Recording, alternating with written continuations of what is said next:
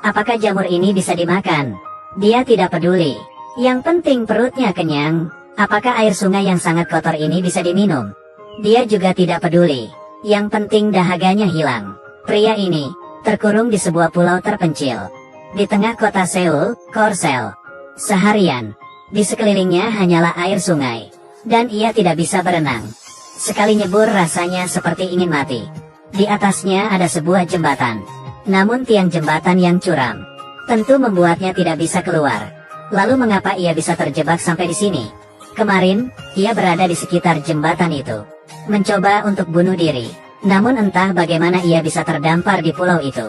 Nampaknya Tuhan belum ingin ia meninggal, dan ingin mempermainkan kematiannya. Ia pun tiba di pulau itu. Malah sekarang ia tidak ingin mati. Setidaknya karena ia terperangkap di sana. Ia tidak perlu melunasi utangnya yang banyak. Handphonenya juga rusak tercebur air. Tidak ada yang bisa mencarinya. Tak apa meskipun diare, tak apa meskipun menderita. Siapa takut akan semua itu? Dia mengambil kayu untuk menyalakan api. Setelah mencoba selama setengah jam, ia menyerah. Kemudian menyalakan rokok dengan pemantik dan beristirahat. Ternyata di pulau itu banyak sampah yang dibuang orang tidak bertanggung jawab dari atas jembatan. Banyak peralatan sehari-hari. Ia pun menarik sebuah perahu bebek terbengkalai, lalu mengisi bagian dalamnya dengan rumput. Sekarang ia memiliki ranjang. Tak perlu ditanya, pasti lebih lembab daripada kamar kos. Namun pria itu mulai gusar. Setelah makan jamur hidup untuk sekian hari, ia merasa sangat hambar. Dia ingin makan daging. Namun, setelah berburu ikan, menangkap burung, memanjat pohon, tak satu pun yang ia dapat. Dirinya yang malang, hanya bisa menikmat jamur hambar itu. Sampai suatu hari, ia keramas di pinggir sungai. Saat sedang keramas, muncul beberapa ikan mengapung di permukaan sungai. Ternyata mereka keracunan sampo pria itu. Akhirnya, malam itu ia pun bisa makan ikan bakar.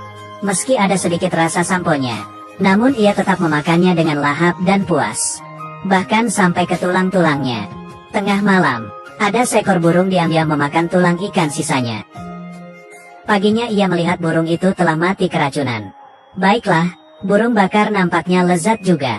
Meski tak ada rasa asin dari garam, namun ia masih bisa merasakan rasa dari ikannya.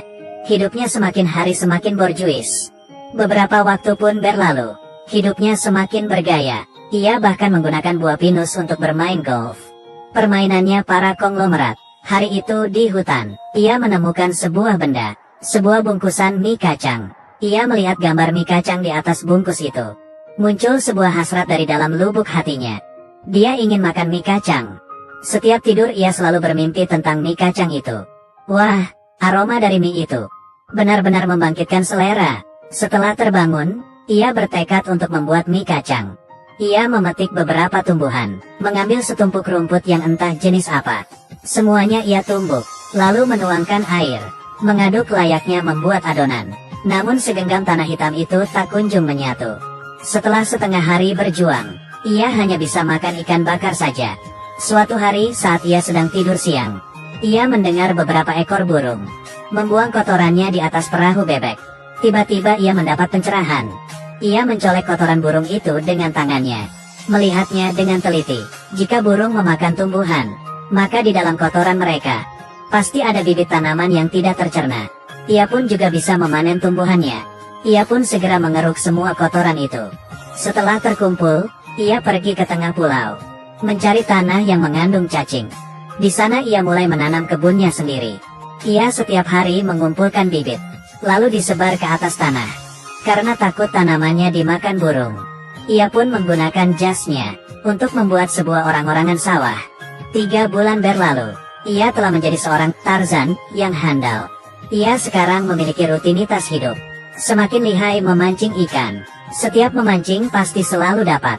Ia juga dapat dengan mudah memanjat pohon, lalu mengambil telur burung, dan menggorengnya di atas sekop bekas. Ia juga menggunakan kaleng bekas untuk menyeduh teh, menggunakan botol parfum bekas untuk mengambil keringatnya, dan meneteskannya di atas ikan, untuk menambah cita rasa. Tanamannya pun mulai tumbuh.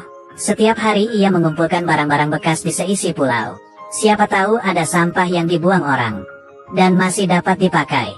Sampai suatu hari, ia tiba-tiba menemukan sebuah botol bir kosong. Di dalamnya terdapat secarik kertas. Apakah ini surat dalam botol?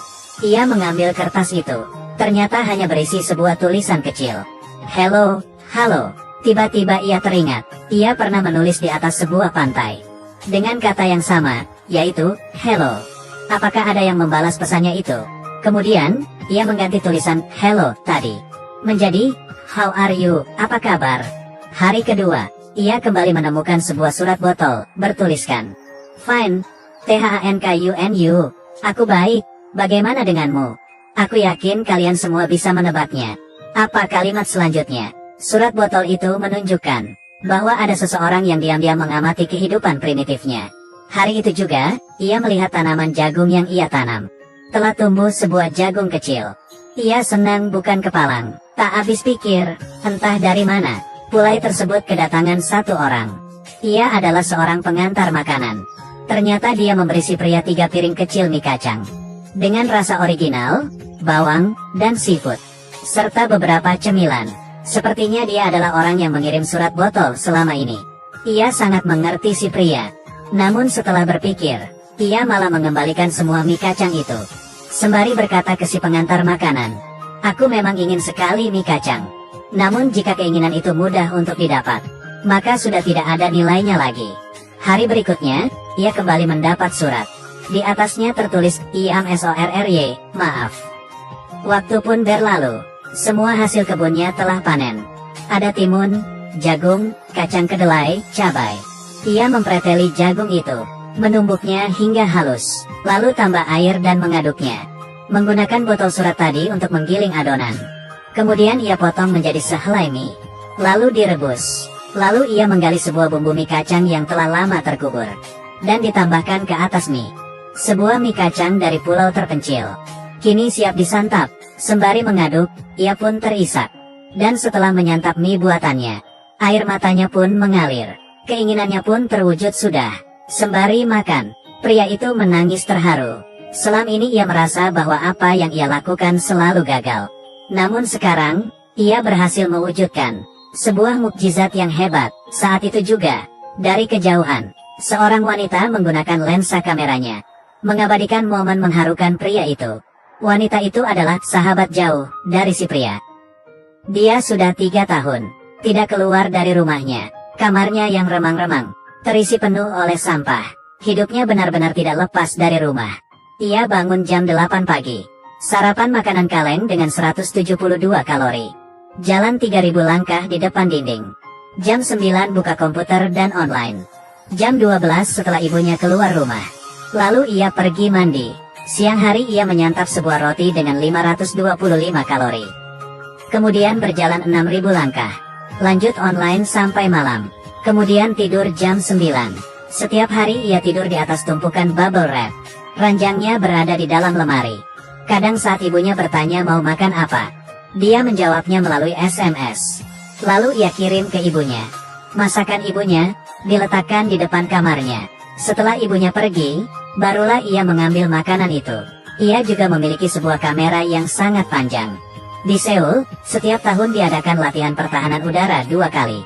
Dan saat itu semua mobil yang melintas harus berhenti. Wanita itu menggunakan kameranya untuk melihat keluar. Itu adalah rasa penasarannya terhadap dunia luar belakangan ini. Namun suatu kali, ia melalui lensa kameranya melihat ke arah sebuah pulau yang tidak pernah ada orang sebelumnya. Ternyata ada sesosok pria di sana. Dan ia sedang ingin bunuh diri. Ia mundur sembari terkejut, tidak berani melihat. Malam itu adalah insomnia pertamanya. Karena tidak tahan, ia kembali melihat kameranya, melihat bahwa pria itu masih hidup. Ia pun lega. Sejak itu, setiap hari ia selalu memperhatikan semua gerak-gerik pria di pulau itu. Melihatnya menarik sebuah perahu kapal. Melihatnya menulis hello di atas pasir. Tertawa dengan kotoran burung di tangannya. Sepanjang hari mencium bungkusan mie kacang. Setelah memperhatikan beberapa bulan, muncul sebuah niat dari hatinya untuk berbicara dengannya. Akhirnya, wanita itu mengumpulkan keberanian dan membuat sebuah surat dalam botol. Di tengah malam, saat orang tuanya tertidur, ia diam-diam pergi ke atas jembatan, lalu membuang botol itu ke atas pulau. Setelah menunggu 3 bulan, Si pria baru menemukan surat botol itu, lalu membalas suratnya dengan menulis, "How are you?" Ia sangat senang, tidur pun sambil tersenyum. Keduanya mulai berkomunikasi dari jauh. Ia pun jadi lebih banyak menghabiskan waktu di luar, melihat indahnya kehidupan. Karena mengetahui pria itu ingin makan mie kacang, ia pun menelepon seorang kurir makanan untuk memberikannya mie kacang. Tak disangka ia malah menolaknya. Pesan yang dititipkan pria itu kepadanya berisi, mie kacang memang menjadi harapannya, tapi ia tidak enak hati untuk menerimanya. Wanita itu sudah lama tidak mendengar kata harapan. Keesokannya, setelah sekian lama ia pun keluar dari kamar dan berbicara kepada ibunya, meminta ibunya untuk mengumpulkan beberapa bibit jagung. Sejak itu, ia mengikuti si pria, bersama-sama menanam jagung. Benih si pria pun tumbuh menjadi sebuah jagung, dan akhirnya bisa menikmati mie kacang. Melihat tangis haru si pria, ia pun ikut terharu, sembari meraba foto pria itu. Malam itu ia tidak tidur di dalam kamar. Ia tidur di bawah sinar bulan. Hidupnya semakin bercahaya, sampai suatu hari, pria itu menulis kembali di pasir, "WHO are you?" Siapa kamu? Pria itu ingin berkenalan dengan dirinya. Namun ia takut, sebab ia sudah lama hidup sendiri dan kesepian. Ia pun tidak membalas pesan si pria. Hari berikutnya, si pria mencari surat botol itu kemana-mana. Namun ia tidak menemukannya. Ia pun menulis kata, "Why?" Mengapa? Wanita itu melihatnya, sangat tidak senang. Ia pun tidak mempedulikannya. Pada malam beberapa hari berikutnya, badai melanda Seoul. Pria itu dilanda bencana. Ia ingin menyelamatkan kebunnya, namun semua tanamannya habis terseret air. Air sungai pun meluap, menyeret perahu bebeknya, bahkan tempat tidurnya pun lenyap. Hari kedua, si wanita tidak tahan untuk terus menghindar darinya. Ia pun melihat tampang si pria yang telah kehilangan semua miliknya. Ia menjadi sedih. Saat itu juga, sekelompok petugas kebersihan muncul di pulau itu, dan ingin membersihkannya. Setelah melihat si pria, mereka menyuruh si pria untuk meninggalkan pulau itu. Pria itu tidak mau. Setelah berkejaran, petugas kebersihan yang berjumlah banyak itu akhirnya berhasil menangkap si pria. Mereka tidak mempedulikan tangisannya, tidak mendengar semua permohonannya, memaksanya untuk mengenakan baju, lalu membawanya pergi. Melihat ekspresi putus asa pria itu, sebelum meninggalkan pulau, si wanita tiba-tiba tergerak untuk menyelamatkannya. Kini hatinya bersemi cinta. Dirinya pun tidak takut lagi. Dia membuka pintu rumah, lalu pergi keluar. Langkah kakinya bagaikan seekor kuda yang berlari bebas. Sementara itu, si pria ditelantarkan di pinggir jalan, sendirian. Ia adalah raja di pulau itu. Namun di tengah masyarakat, ia adalah seorang gelandangan yang hina. Ia melihat sebuah gedung berlantai 63. Di sana pernah menjadi tempatnya untuk mengakhiri hidup. Ia pun menaiki sebuah bus, kembali pergi ke gedung itu. Ia mengambil dompet lamanya, menempelkan kartu di mesin, dan ternyata berhasil. Ia pun menangis sambil tersenyum. Sedangkan si wanita masih terus berlari, melihat jejak sepatu pada botol. Mendengar dari orang sekitar, ia tahu bahwa di dalam sebuah bus, ada seorang lelaki gelandangan yang aneh. Ia pun mengejar bus itu. Namun bus itu telah jalan. Ia tidak bisa mengejarnya, hanya bisa terhenti lalu menangis. Ia tidak berhasil menyelamatkan pria itu, dan tidak ada orang yang bisa menyelamatkan dirinya. Ia pulang sambil menangis, berjalan seperti mayat hidup. Tiba-tiba, alarm pun berbunyi. Ini adalah latihan pertahanan udara, dan saat pelatihan, semua mobil harus berhenti. Dia pun kembali, memunculkan raut wajah tersenyum, dan mengejar pria itu lagi. Akhirnya, ia berhasil naik ke bus itu. Di tengah penumpang yang tercengang melihatnya, ia melihat sosok pria itu yang sedang berlinang air mata.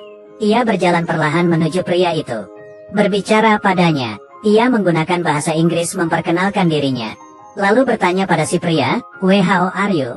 Siapa kamu? Mendengar perkataan itu, si pria pun tahu bahwa ia adalah sosok yang selama ini bertukar surat dengannya. Pria itu melihat wajah si wanita. Ia pun tersenyum. Setiap manusia memiliki sebuah pulau kecil di hatinya. Mungkin ada kalanya pulau itu terisi penuh oleh sampah. Ada kalanya dilanda badai ganas.